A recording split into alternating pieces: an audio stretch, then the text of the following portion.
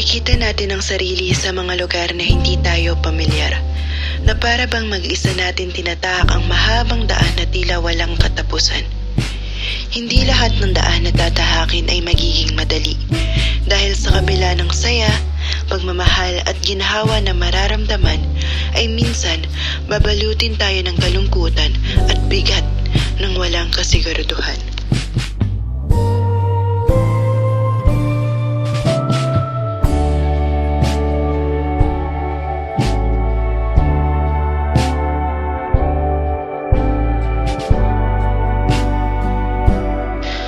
May mga araw na tila badala natin ang bigat ng mundo.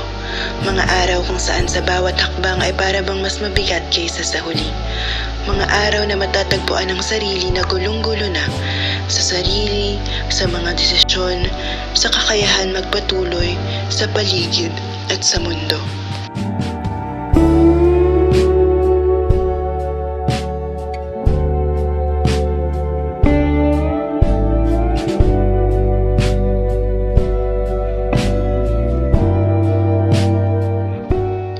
Ngunit, lagi mong tandaan na hindi naman kailangan lagi mong naiintindihan ang mundo.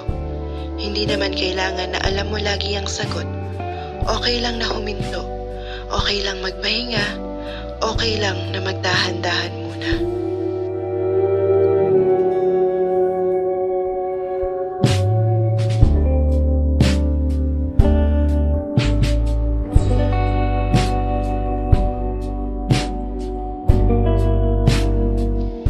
Hindi ka nag-iisa.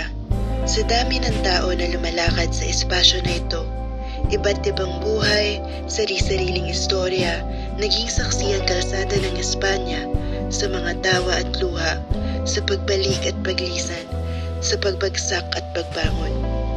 Ito ay binabalot ng iyong pagpapatuloy.